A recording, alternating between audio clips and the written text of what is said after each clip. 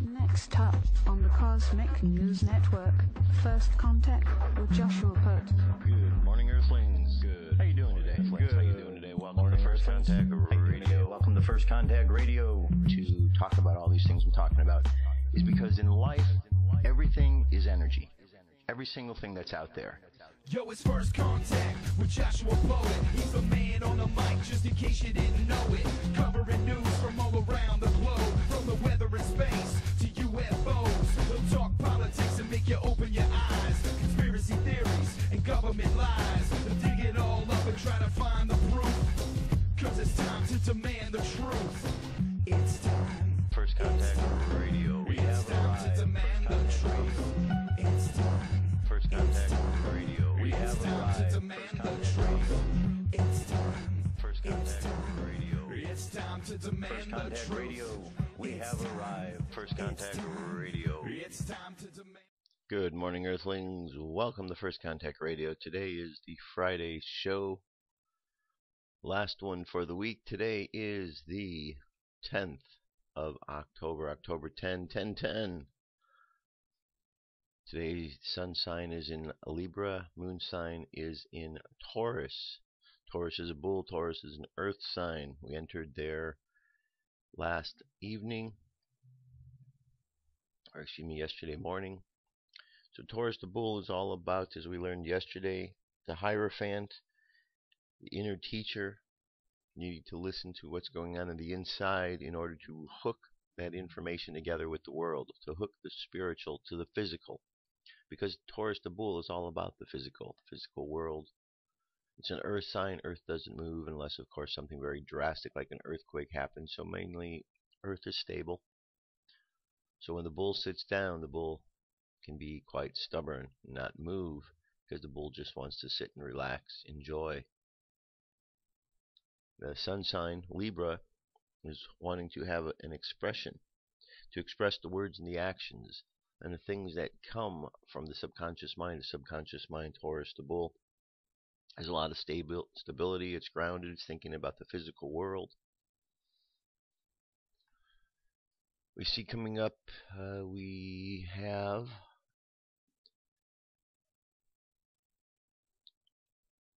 at around a little afternoon, Mercury is moving into Libra. So Mercury, all about communication, is moving into our sun sign. Later this afternoon, a moon sign, Taurus the bull, has a lesson with Jupiter. Things get expanded. When things expand out in the realm of Taurus, all of that energy kind of gets disrupted a little bit, because bull doesn't like to have things necessarily change or expanded. It's comfortable. But now suddenly the earth is going to expand. The ideas of the earthly things, physical things, and so there's more to think about and consider. And then as we get to the evening, the sun goes through an expansion as well. This time there's some positivity to this. It's not a hard lesson like with Taurus the bull. So there's more flexibility. It takes between that expansion of the wind, the air. And then later this evening, after we get ready, after we pass through the last aspects of Taurus, awaiting entry into the next moon sign, we're going to be at a opposition. So the moon sign at that point in time, Taurus, will find its opposition with Saturn, discipline. So those things can work well together or not. Remember, two ends of a teeter-totter. On one end you have Saturn, wants to provide discipline. On the other you have Taurus the bull, that just kind of wants to sit, relax, enjoy, be. Sometimes those can be at odds with each other. The numerology for today is the number 9. Let me show you how we arrived at the number 9. And here we go. Let's see. Okay, we have 1 plus 0 plus 1 plus 0 plus 2 plus 0 plus 1 plus 4. I'll add those all together. You've got a 9. So the numerology for today is the number 9. Number 9, number 9, number 9. Okay, number 9 on the tarot card, the Tree of Life, is the card of the Hermit, the Path of the Hermit, right here. Our Sun sign Libra is right here. So here's where we're at today. And our Moon sign, which was Taurus, is over here. And after Taurus, we're going to move to the next sign, which is Gemini, which is right over here. Here. That's where we're going to be over the course of the weekend. Alright, for the tarot, let's see, which ones do we want to take a look at? How about if we take a look at, we've seen their sun, we've seen our moon. Let's take a good look at what's upcoming, which would be the Lovers, because this is the moon sign coming up over the course of the weekend. Discrimination. That's the keynote of key 6. It symbolizes its symbolism graphically portrays sharp differences. The letter Zayin means a sword, which is an instrument of cleavage. To this key also is attributed the disposing intelligence, and disposing literally means to pose apart or to separate. In addition to the zodiacal sign, Gemini is attributed to this key. Gemini means the twins, and its sign is approximately 2 ones standing next to each other. This gives us a clue to the occult doctrine that all opposites are really but different aspects of the one thing, and that they are complementary. The title, The Lovers, brings out even more graphically. The sun is a symbol of enlightenment and the one force which is differentiated into pairs of opposites. The angel represents superconsciousness, and the clouds indicate that this is partly hidden from us at our present stage of conscious unfoldment. The mountain symbolizes attainment. The man and the woman, our Adam and Eve, are the prototypes of the specialization of the life force as male and female. The tree of 12 flames behind the man represents the signs of the zodiac, and that behind the woman the 5 senses. The latter carries out the idea of discrimination between opposites because it bears the fruit of knowledge of good and evil. In addition, the 5 senses are instruments which enable us to discriminate between one thing and another. The serpent represents the occult force known as Kundalini. Okay, and of course the proper representation with this card is the male, the conscious mind, female, unconscious, angel, the higher self. So you got the male looking at the female, she's looking to the higher self. If we understand this, if we understand and allow our unconscious to always be looking to our higher self, then whenever we receive that information, we're going to be in a good position because we're getting it from a very valid source. So it shows a really good proper relationship here between the masculine and feminine energies, how they give and take. So it's very important that the feminine aspect be in touch with the higher self aspect. In the day we live in, this day and age, things are all out of whack with male and female energies. And that's part of the issue that's going on. Because some of the very basics of things that we should understand about energy is all discombobulated. The current moon phase is a waning moon, means we're going down to a new moon, 94% of the way full. Sky tonight says the waning gibbous moon is up in the east by 9 or 10 p.m. Look to left of it for the Pleiades. Much further left in the northeast shines Capella in Auriga. High above the moon and Capella, forming a big triangle with them, is the naked eye eclipsing variable star Algol. It should be its minimum light, magnitude 3.4, instead of its usual 2.1 for complete hours, centered on 12:36 a.m. tonight. Algol takes several hours to fade and to recover. Okay. Mayan Oracle. Wave spell of the storm. Day number 7. We'll still be here when we return at the end of the weekend. So this weekend we're still dealing with the energy of the storm. What that's all about. Today the symbol for today, the serpent, is about our energy, how we use this energy. Life force energy. So we have all this energy that's been gathered. Now it's up to us to use it. The 7 is the tone of attunement. Tells us that our energy is attuning itself now to holding more energy, holding this gathering that is within us. Today, the seven serpent guided by the earth. The phrase is, I channel in order to survive, inspiring instinct. I seal the store of life force with the resonant tone of attunement. I'm guided by the power of navigation.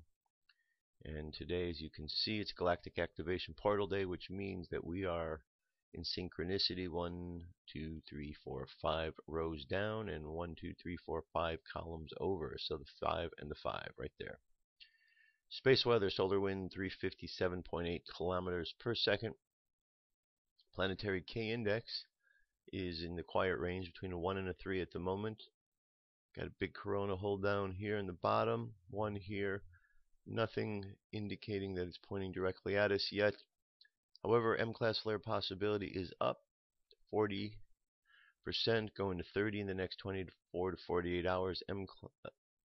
X-class flare is at 5. Geomagnetic storm activity is low in the mid-latitudes to 15% and 25% in the high latitudes. And over on the Jewish calendar, today is the second day of the festival of Sukkot, which is also known as the Feast of Tabernacles. And as I mentioned before, this is the time when biblical scholars consider it as a day that Jesus was born, a time. And though this wasn't the origin of what this holiday was about, this holy day, this is certainly what the Bible shows as the timing. Okay, so today, 16 Tishri, is the day. And it says that the daily thought is, each moment that your soul inhabits this world, she can provide delight in her Maker above. After 70, 80, maybe 120 years, the soul ascends to a place above, a place of ecstasy as great as that soul can receive without dissolving into nothingness. And what is that ecstasy? No more than a trickle of the pleasure of God received from her when she was in her place below. Alright, very good. That gets us started for today. I'll be right back. UFO News is up next.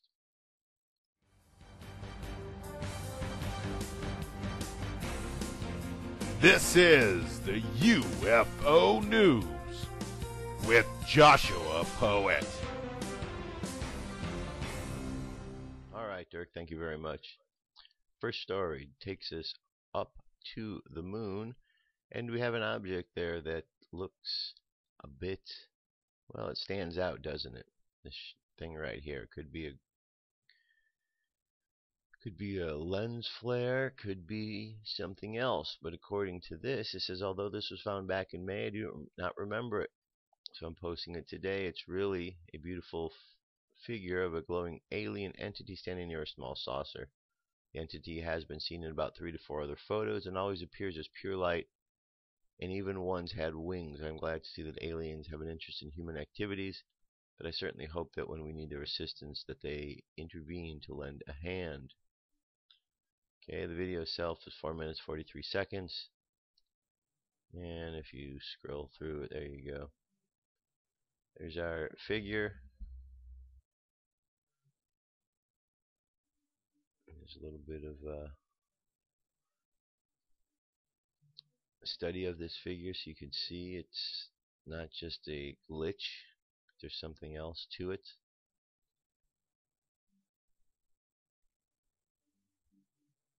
Okay, so check this out. It's 4 minutes 43 seconds of investigation using color corrections and different enhancements in order to see if it's real or if it's not. If it's a lens flare, it might disappear or fade out. Alright, moving on from there. Next one, we go to the ISS. This was last week, the second object in question. The glowing UFO was caught near the space cam monitoring their activities while on live cam. The UFO starts out small, which tells me it was very far away, then grows in size extremely close to the space station. When NASA noticed it, they switched the camera to blue screen, which is common practice when a UFO is seen.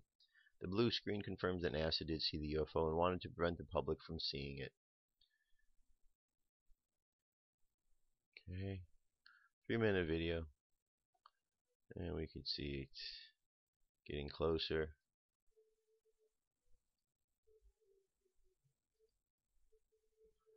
Right, that is what's going on up there by the space station.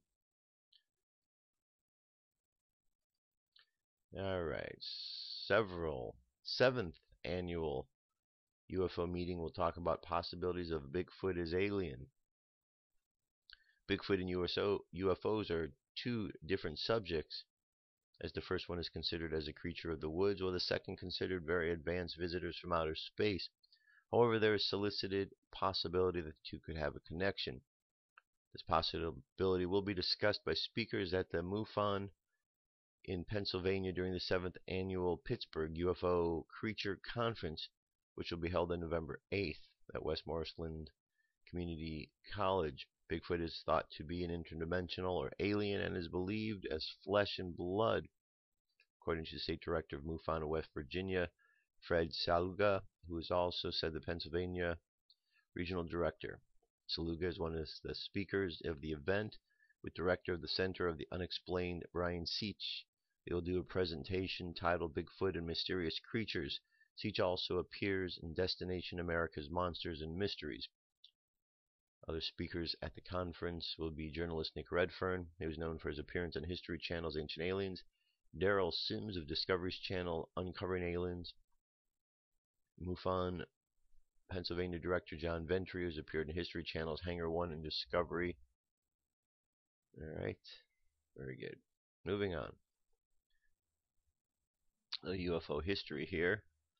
Back to 1973, Hickson and Parker, 1973's Pascagoula, Mississippi. Alright.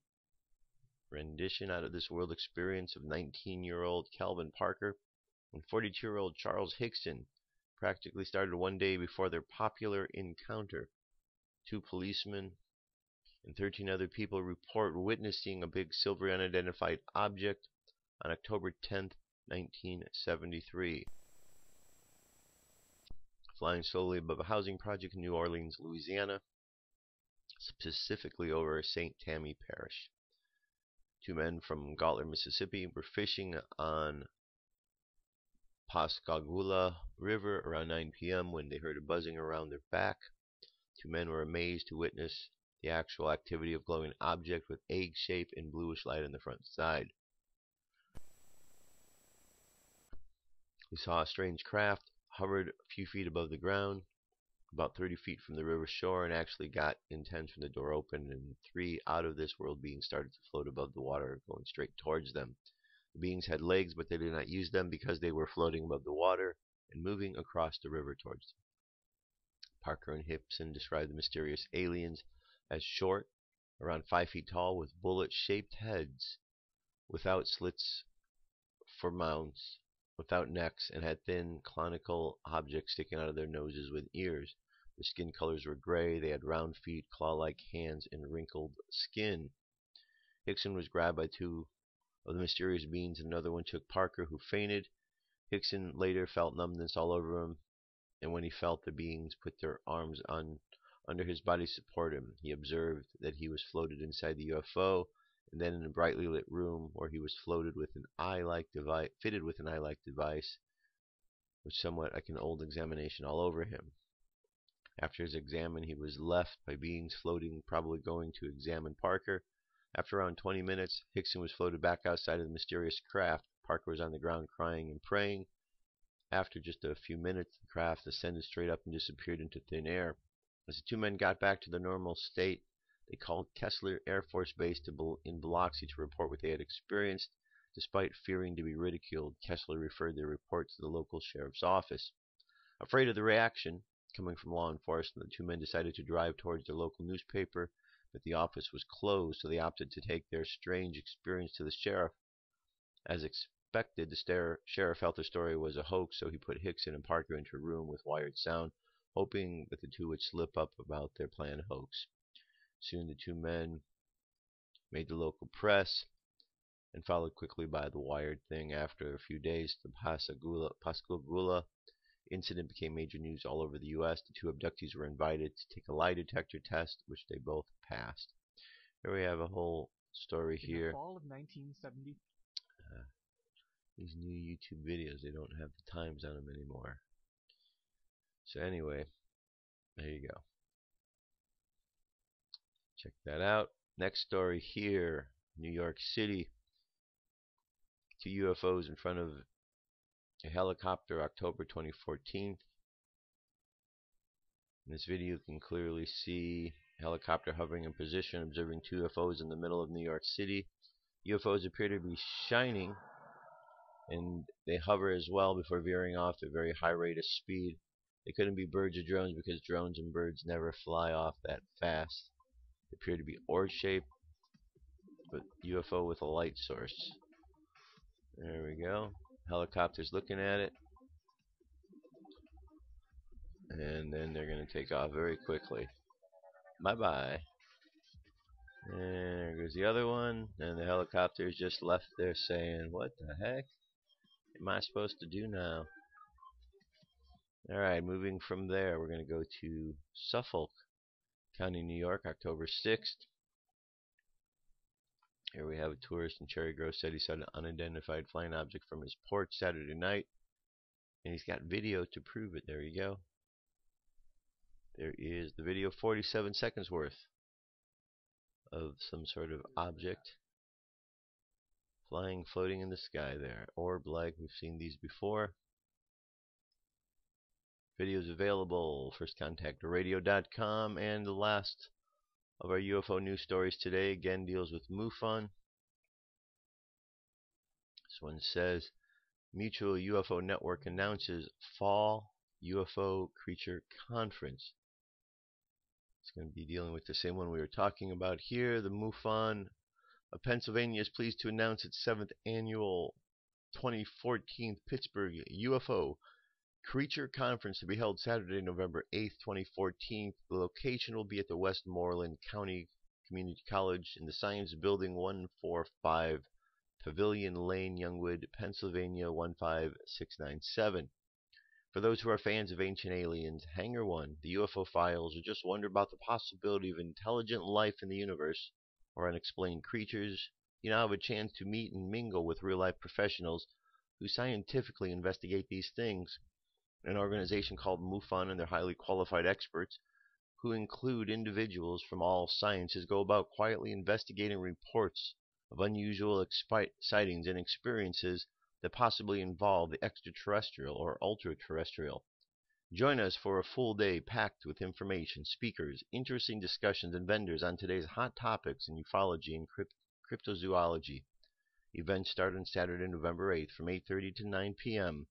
The Pittsburgh UFO-CREATURE Conference will feature an illustrious group of speakers, including journalist Nick Redfern, who appears in Ancient Aliens on the History Channel, Daryl Sins, who appears in Uncovering Aliens on the Discovery Channel, PA MUFON State Director John Ventry, who appears in Hangar 1 on History Channel and Alien Mysteries and Close Encounters on the Discovery Channel, author, and Terry Ray on Red Orbs, Brian Seach on Cryptozoology, who appears on Monsters and Mysteries on Destination America.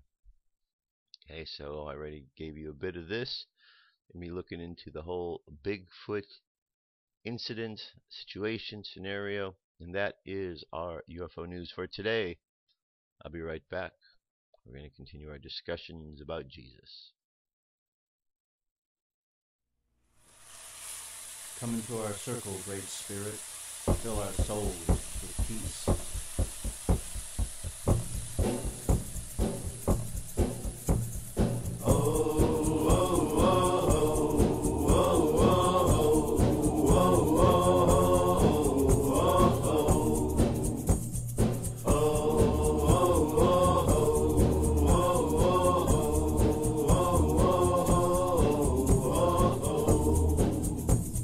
Great Spirit, send down your love, send down your love.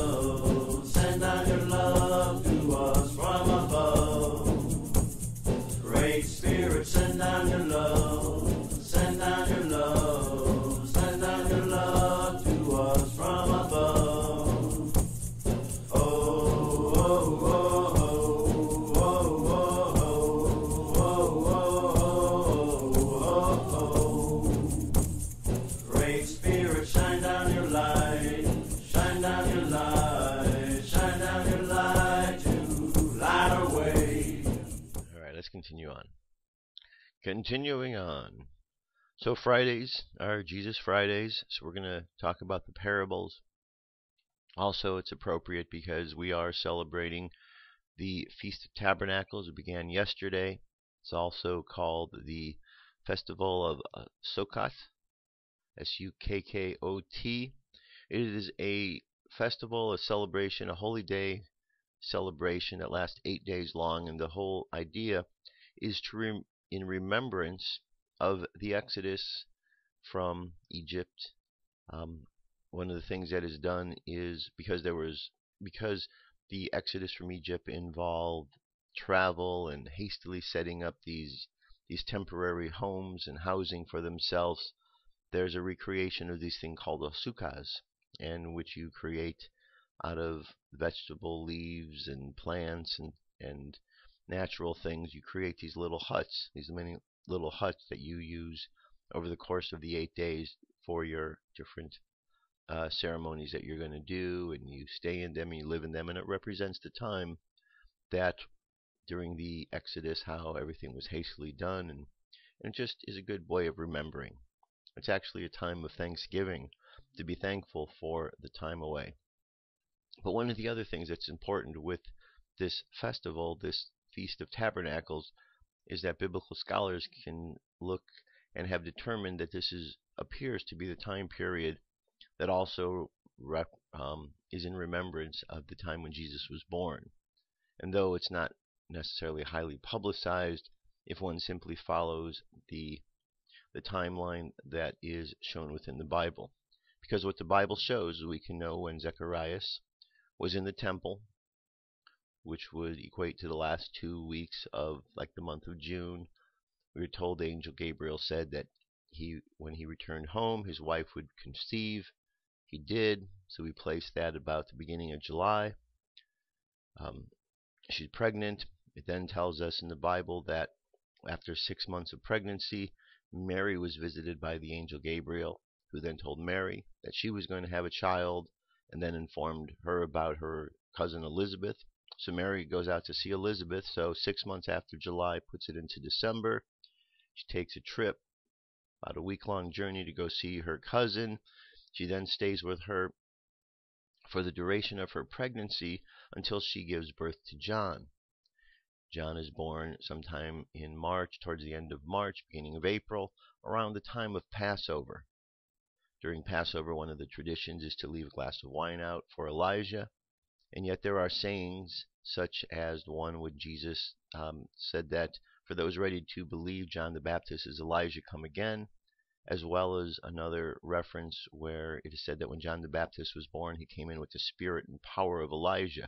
So there's a connection with John the Baptist and Elijah to show us that quite possibly Passover makes sense for that birth. And because we know these timelines and we know that it was 6 months after Elizabeth became pregnant, if John was born in end of March, beginning of April, around Passover of that time, 6 months from there brings us to ding ding ding October. And what happens to be in October? Feast of Tabernacles, celebrating as everything that I said, and amongst them we find another passage where it is referred to as Jesus coming down to tabernacle with the people. So tabernacle with humankind. So everything kind of fits in that these individuals were born and came along into these certain timings. And so if that's the case, then this is also a great celebration. Christmas time, December, we celebrate Jesus' birthday. But let me ask you this. Everybody out there has a birthday. When do you like your birthday celebrated? On the day when it is, or 6 months down the road from when it is? It's nice if somebody 6 months down the road, sure, that's always nice. But you want to be acknowledged on the day of your birth, on the day that you were born.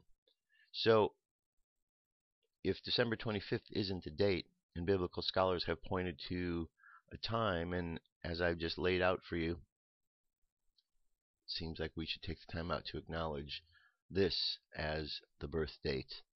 So anyway, we're in that period of time celebrating not only the festival of Sukkot, but also the birth of Jesus. With that, we're going to continue on with the parables. I've been reading these parables. They're all been in order here. Parable 20 and 23, 22 through 23 is what we're looking at now, the master and his servant. 22. Suppose one of you had a servant plowing or looking after the sheep. Would he say to this servant when he comes from the field, "Come along now and sit down to eat"? Would he not rather say, "Prepare my supper, get yourself ready, and wait on me while I eat and drink? After that you may eat and drink"? Would he thank the servant because he did what he was told to do? So you also, when you have done everything you were told to do, should say, "We are unworthy servants. We have only done our duty." Let me jump down here. It says the original Greek word for man, for the man working for his master, is doulos. You know what that means? Or is it fair for the master to expect his servant would prepare his meal after laboring in the fields all day? Has society shifted on obeying authority and doing one's duty as God? And should the master be expected to thank his servant for what he was told or ordered or commanded to do for doing his duty? Should we expect thanks for God for obeying him and doing what he tells us to do? Doesn't our piety earn us some special treatment? Okay, all good questions. And it says here's the answers. Many Bibles translate the Greek doulos as servant, but the word used in this passage describes a slave, probably the only slave of a small farmer, a slave who not only works in the field but also performs household chores. To Jews in the first century Roman Empire, slavery was a fact of life. The average person didn't own slaves, but many villages would have one or more wealthy people who owned slaves. In those days, slaves did not just have servile duties. Some might be tutors, physicians, companions, household managers, sales agents, and administrators. But the slave Jesus describes in the brief parable, probably the only slave in his household, got mostly hard labor, plowing, looking after livestock, as well as cooking and household chores. His was a pretty hard existence. The point here is that, fair or not, the slave was expected to work in the fields and fix the food. That was his duty. I have a contractor friend who on occasion demands that his crew work into the wee hours of the morning to get an office ready for a client. That's part of the job. It comes with the territory. And though my friend workers don't especially like it, they do it because it's required. People in our culture work 2 or 3 jobs because they have to. Is it fair? No, but it's required by the responsibilities you have. And yes, the third one says, an example, as recently as the 60s, the Girl Scout pledge read, "On my honor, I will try to obey my duty to God and my country, to help other people at all times, and to obey the Girl Scout law." But times have changed, and the words duty and obey have been changed. Now, Girl Scouts recite, "On my honor, I will try to serve God, my country, and help people at all times, and to live by the Girl Scout law." No, the meaning hasn't changed that much, but it's softer. When we drop the ideas of duty and obedience from our relationship with God, however, we miss one of the essential components of true discipleship. To be real disciples, we must be obedient to God's word and to do our duty as followers of Jesus in a fallen world. The Girl Scouts of the USA also added that it's okay to replace the word God with whatever word your spiritual beliefs dictate. The last part here, number 4, it says, "No, don't load this poor servant down with your 20th century baggage. That isn't the way he thinks in the first century. He understands that he is doing his duty, that's all. He doesn't deserve reward for it, but he knows that he'll be punished for neglecting or shirking his duties. To be true disciples, we must dispense of an attitude of entitlement and instead see ourselves as unworthy slaves." Matthew 6:12 says, "And forgive us our sins as we have forgiven those who forgive us. And don't let us yield to temptation." Okay, wait, now we're getting into the next one here. So, let's jump over here, number 23. This is the unmerciful servant. Jesus told the parable of the unmerciful or unforgiving servant right after telling Peter that he must forgive someone 70 times or 70 times 7. How likely are we to forgive someone many times for a similar offense? Hold on, let me jump up here. There we go. Okay. "Therefore the kingdom of heaven is like a king who wanted to settle accounts with his servants. As he began the settlement, a man who owed him 10,000 talents was brought to him. Since he was not able to pay, the master ordered that he and his wife and his children, all they had, to be sold to repay the debt. The servant fell on his knees before him. "Be patient with me," he begged, "and I will pay you back everything." The servant's master took pity on him, canceled the debt, and let him go. But when the servant went out, he found one of his fellow servants who owed him 100 denarii. He grabbed him and began to choke him. "Pay me back what you owe me," he demanded. His fellow servants fell to his knee and begged him, "Be patient with me, and I will pay you back." But he refused. Instead, he went off and had the man thrown into prison until he could pay the debt. When the other servants saw what had happened, they were greatly distressed and went and told their master everything that had happened. Then the master called in the servant and said, "You wicked servant, I canceled all of your debt of yours because you begged me to. Shouldn't you have had mercy on your fellow servant just as I had on you?" In anger, his master turned to his servant to the jailers to be tortured until he should pay back all that he owed. Okay, here's some questions that go with it. Jesus told the parable of the unmerciful servant after telling Peter he must forgive someone 77 or 70 times 7 times. How likely are we to forgive someone many times for a similar offense? Why is an unforgiving spirit so deadly? What is the only supplication in the Lord's Prayer that has a catch to it?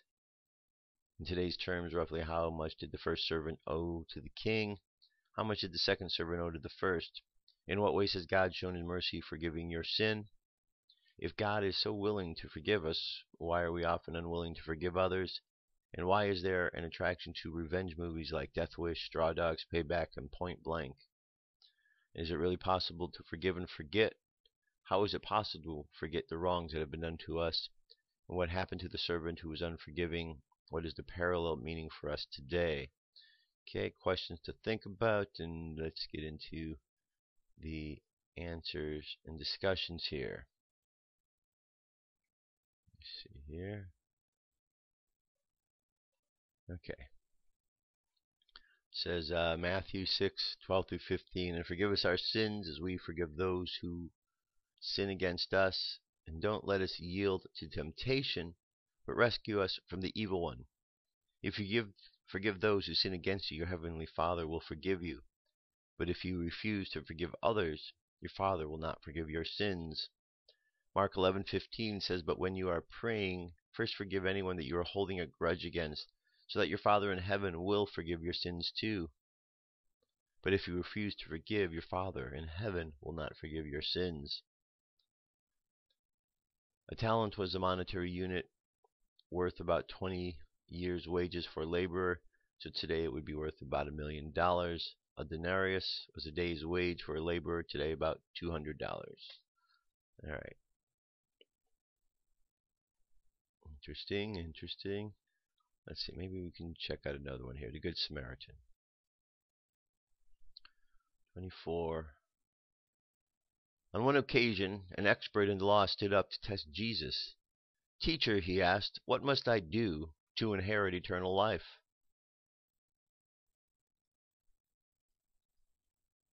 "What is written in the law?" he replied. "How do you read of it?" He answered, "Love the Lord your God with all your heart, and with all your soul, and with all your strength, and with all your mind, and love your neighbor as yourself." "You have answered correctly," Jesus replied. "Do this and you will live."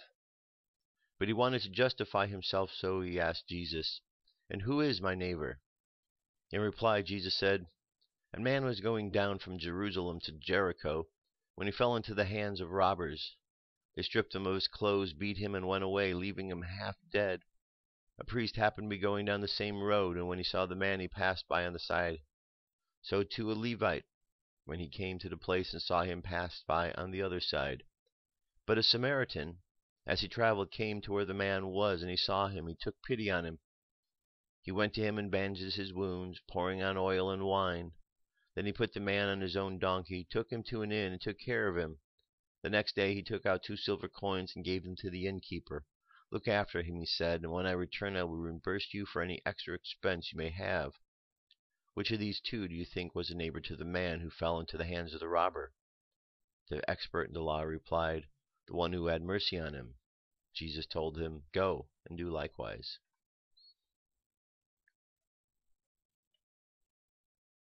Okay.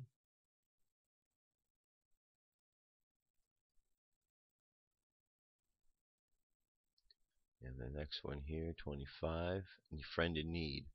Then he said to them, "Suppose one of you has a friend, and he goes to him at midnight and says, 'Friend, lend me 3 loaves of bread, because a friend of mine is on a journey, has come, and I have nothing to set before him.' Then the one inside answers, 'Don't bother me. The door is already locked, and my children are in with me in bed. I can't get up and give you everything.' I tell you, though, he will not get up and give you the bread because he is his friend, yet because of his man's boldness he will get up and give him as much as he needs." Right. Let's take a look at first one here. What are your greatest inconveniences in life?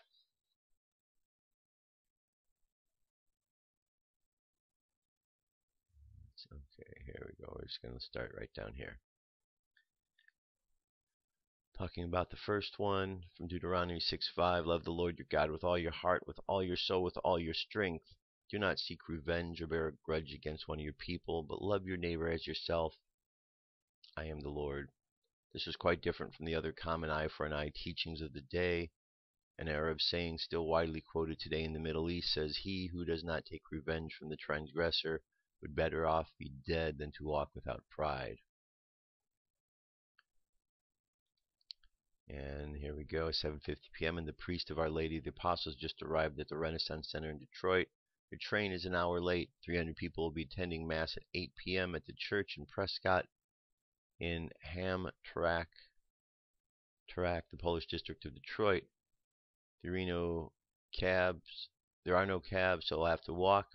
His usual route on Westward Avenue in Holbrook is 4 miles, but today you'll have to take the shorter, but much more dangerous route of Gravett Street. Just past a Cadillac plant to see the man alongside the road who has been mugged. He considers stopping, but knows that 300 people will be waiting for him to conduct Mass, so he turns on by. Is his behavior reasonable? Says the lack of love is easy to justify, even though it is never right. Our neighbor is anyone of any race, creed, social background, or IQ who is in need. Love means acting to meet the person's need. There is no good reason for refusing to help.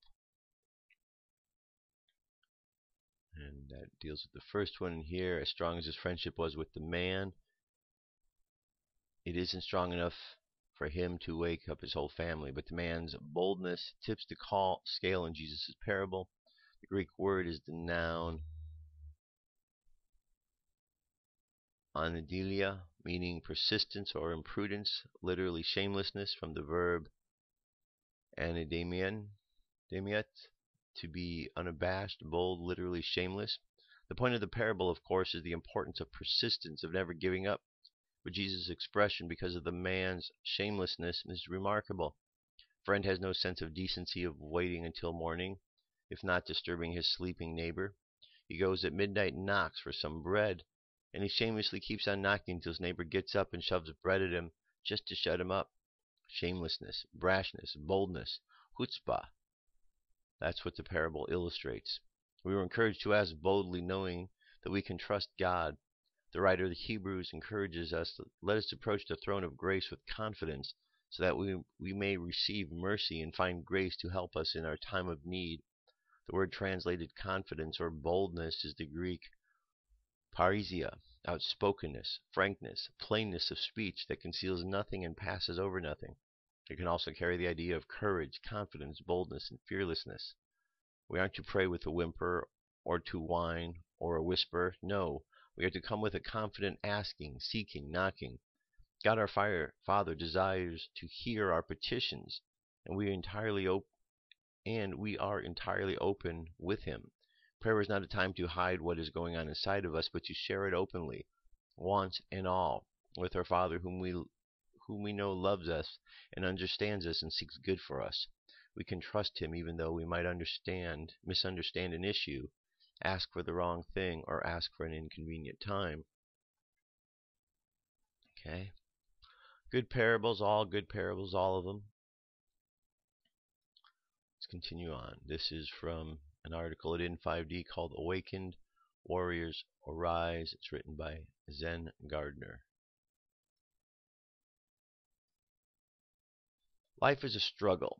How much more, then, is the spiritual life? The fight to remain conscious is an illusionary world where deviant forces vie for control more than caring, battering the very body, your soul day in and day out, on top of the struggles to survive. Oh, we're going peacefully downstream into conscious dimensions. There we learn to let go and to follow the flow of the universe in synchronicity. But in this physical lower density world, we're fighting directly upstream. In addition, we're living in a time of increasingly turbulent waters. Our kayaks hit all kinds of eddies and cross currents. Never mind the rocks and the rapids we have to navigate, all while idiots, enemies, and doubters, prodded on by the propaganda horrors, are screaming obscenities from the shore and trying to hit us with anything they can to get their hands on. But alas, grasshoppers, we have power they know not of. We're in a warfare any way you look at it. Only it's not a warfare of hate, but of love. It's not a warfare of physical violence, but a spiritual one of intention and a truth-directed life.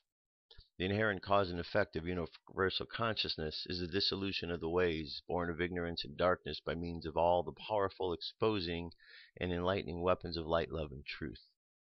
The medieval matrix, no matter how fancy and high-tech it has become, is dissolving and losing its grip. We need to actively help it on its way to oblivion, identifying its lies and blatant agenda for control and subjugation. Don't forget, non-compliance is a decisive action, not inaction. Inaction is going with the current of the matrix. There's no sitting still. We're all doing one or the other, complying or rejecting, and countering the flow. That's the choice. That's the battle. Similar to the poetic beauty of martial arts, the truth warrior uses his weapons skillfully and with great discretion. But many argue we need evil for good to exist, and that all esoterica, we happen to be living in a time of great imbalance. Do you enjoy having lords of darkness rule over you and yours, exercising more death-dealing, spirit-quelling control over humanity by the day? I don't think so. Will it collapse under its own weight? In many ways it has to. Will it do it all by itself? Well, we have to play our parts. As long as we're here, we're integral to the great design and clearly need to do our part. All I know is that what I'm finding out and turning into calls me to participate, as so many are experiencing. It's as real as the sun and the water hitting a seed and plant an organism responding. If it's not evident to you that our planet and our civilization is under attack, I do wonder how you got to this article. It couldn't be any clearer. That's why they direct the angst people are feeling, the knowing that something is wrong, towards fabricated outside enemies to divert attention from the real penetrators and agenda, hence the daily scare headlines, whatever they are. Similar to how religion co-ops, steers, and contains the human soul's hunger for spiritual, the controllers arouse, channel, and misdirect humanity's sense that is being attacked, and they literally harness what they themselves have aroused, using it for their own parasitic, vampiric purposes. Cattle prods and sheepdogs driving humanity into the slaughterhouse, mentally, spiritually, physically. Sorry, not on our watch. It's been a long time. The second time around, and awaken as many people as we can. Spiritual, mental, and physical arousal has way more effect that we can begin to imagine. Only our mind and our low-level system programming diminish its importance. Trust your heart. There is no they said. The old tell a big lie plays at work here. The biggest tool is to say there is no they. There are no dark forces according to mainstream understanding in this dumbed-down world. In fact, we are told that they are the good guys looking out for us. It reminds me of the adage that the biggest lie Satan ever told is that he doesn't exist. Pretty clever, these demons. Just laugh at them. Yet their all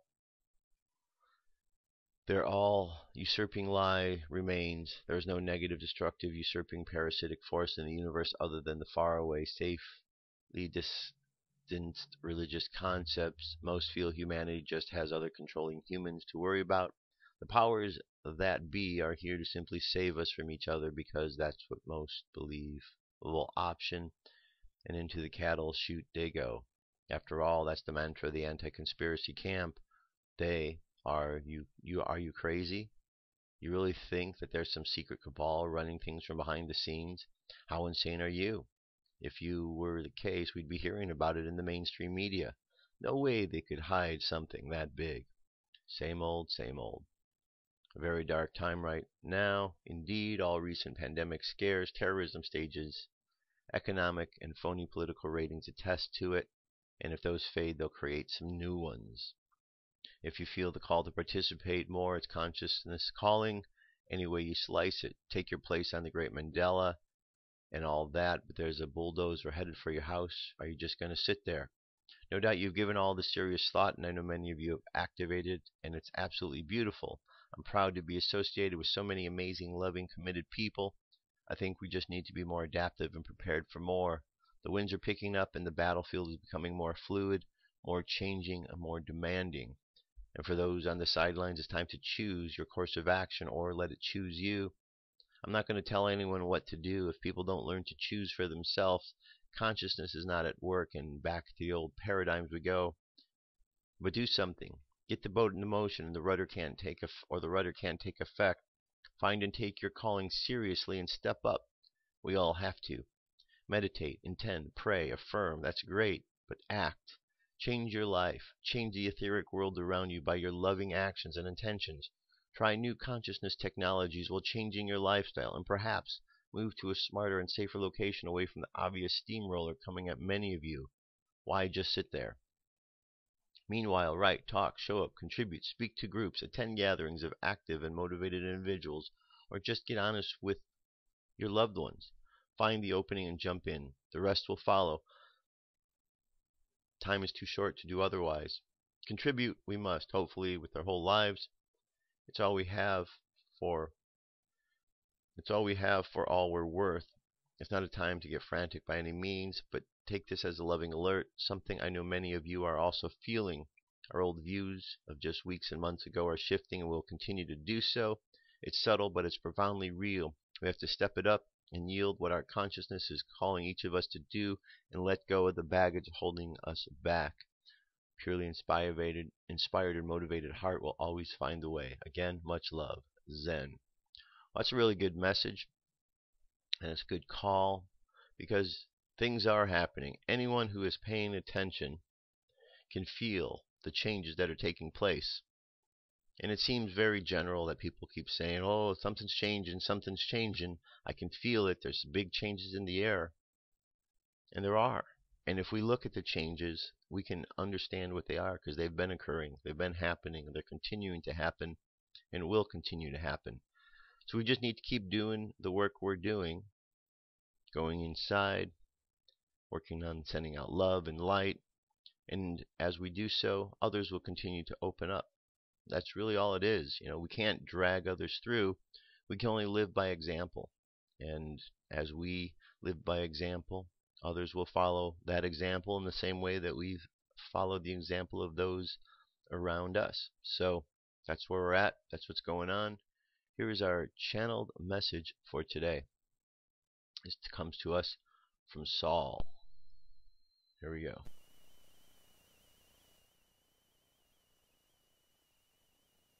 Saul, you are permanently overshadowed by the divine field of love. October 8, 2014, by John Smallman. Saul, the tipping point, the moment for humanity's awakening into full consciousness, is approaching very rapidly indeed, even in your experience of time.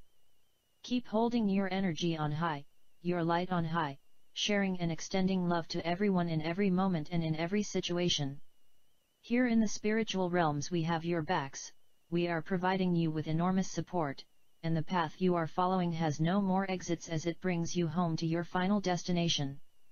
Be in joy, because failure is impossible and the culmination of your collective efforts is finally bearing fruit, fruit of the most beautiful shape, taste, color, and texture.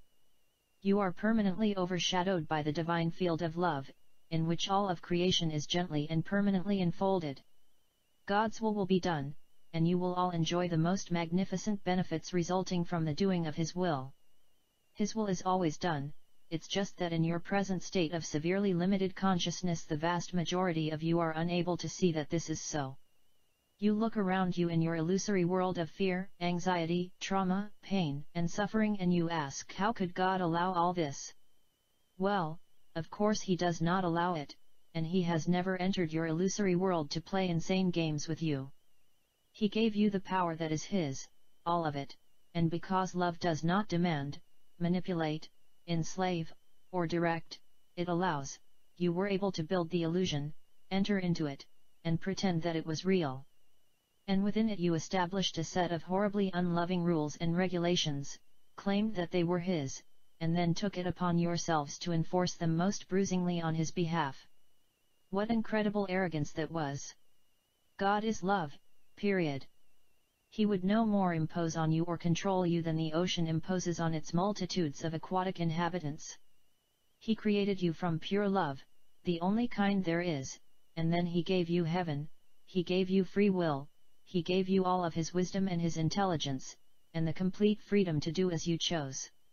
You chose to play at being insane, and the evidence of your games is all around you: wars, conflicts, injuries, pain, disease, distrust, and betrayal.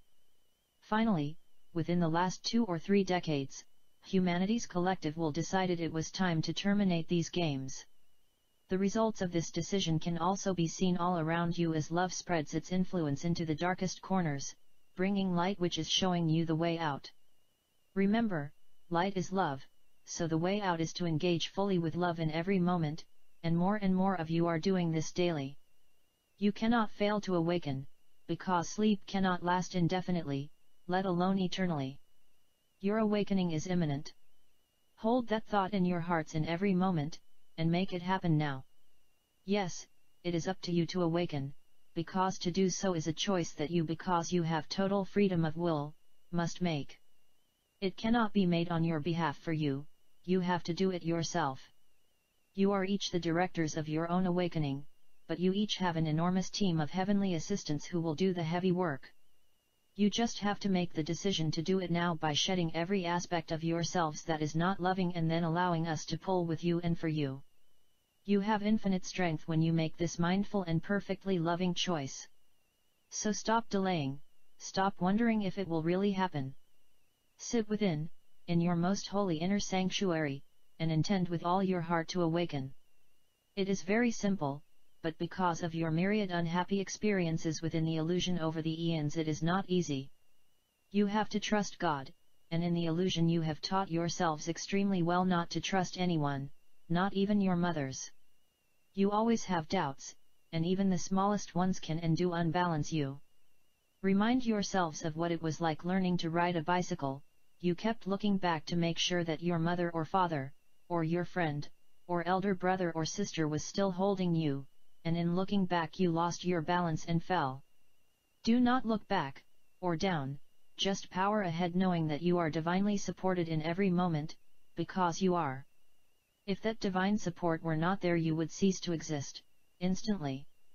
The love enfolding you in each moment of your eternal existence, the tsunami of love, is the divine will, willing you but never forcing or demanding you to awaken. It is allowing you to choose to align with it, as you most surely will, because the divine will is your will. Presently you are just not too good at recognizing this, but recognition is dawning on you.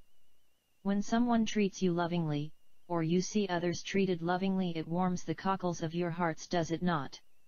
Well, the tsunami of love, in its power and magnificence, will set you on fire with love, and it does not and cannot burn. If you will but allow it to. So allow, and the tipping point will tip, and your awakening into the brilliance of God's divine light will rouse you from your deep but unreal sleep into the immeasurable joy of eternal day. With so very much love, Saul. Right, a good message. Again, notice the similarity to the other messages. Change is upon us.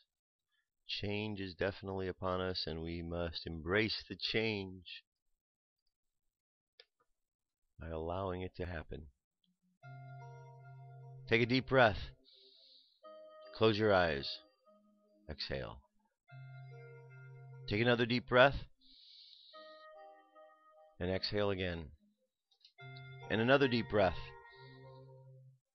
And exhale. I want you to contemplate the words of today's affirmation, I'm here to reflect and to reveal cosmic consciousness. The truth of my natural brilliance trumps all circumstances in my life. God is forever live streaming divine ideas to me. I download and I demonstrate. My life is a moment-to-moment celebration of health and wholeness. High conversations and holy encounters express as me with ease and grace. This is my life on God, and so it is. And just allow those words to reverberate through your consciousness. Imagine all of your chakras are activated. Top of the head, violet, indigo at the third eye, blue at the throat, green at the heart, yellow at the solar plexus, orange at the belly button, red at the base of the spine. Feel the energies flowing through your body. Allow them to spill out over the edge of your body until you see this egg shape formed around you, this egg shape protection, and then expand it out further into your room, to the city, to the state. See this energy continue to move out from you in all directions, across the country, across the oceans to the other countries around the world, and back to you again. And in this network of energy, just send out love. And know at this moment others are doing that exact same thing. And all this love merges together and becomes stronger and stronger. And as we send out light and love, we gain strength and power because we become more informed by the light. And love allows us to allow that which is occurring. It allows our consciousness to evolve. So let's imagine ourselves walking through life this weekend, just sending out love, sending out light, being examples of that which we want to see in the world. So just imagine yourself this weekend, no matter what situation you come upon, that you take a moment just to consider your place in that moment, and consider how you might approach and experience it by simply applying love and light to that moment. Now, as you continue sending out love and light, and your subconscious mind is on that journey, let's bring our conscious mind back to the present moment on the count of 3. 3, coming back to the present moment filled with confidence. 2, coming back to the present moment filled with faith. And 1, coming back to the present moment happy, healthy, and whole. Happy, healthy, and whole. Take another deep breath. Exhale, and open your eyes. That's it, my friends. That is it for today. Thank you very much for being here. I'll be back tomorrow. Actually, I'll be back Monday with more news and information. Have an awesome weekend. Awesome weekend. Just go out and have some fun. Don't get caught up in all of the lies that are going on in the world, because there's a lot of lies. There's a lot of fear tactics which are going on, but they're simply that, fear tactics. Hold yourself in the place of light and love. Share that with others so we can spread the truth, so people's eyes can be awakened to the lies that are being shown around the world. Because once we can step past the illusion of the lies, we find the truths. And that's what we're all looking for. That's it. Have a great weekend. I love you. Keep loving each other. I'll talk to you soon. Peace. I'm out of here.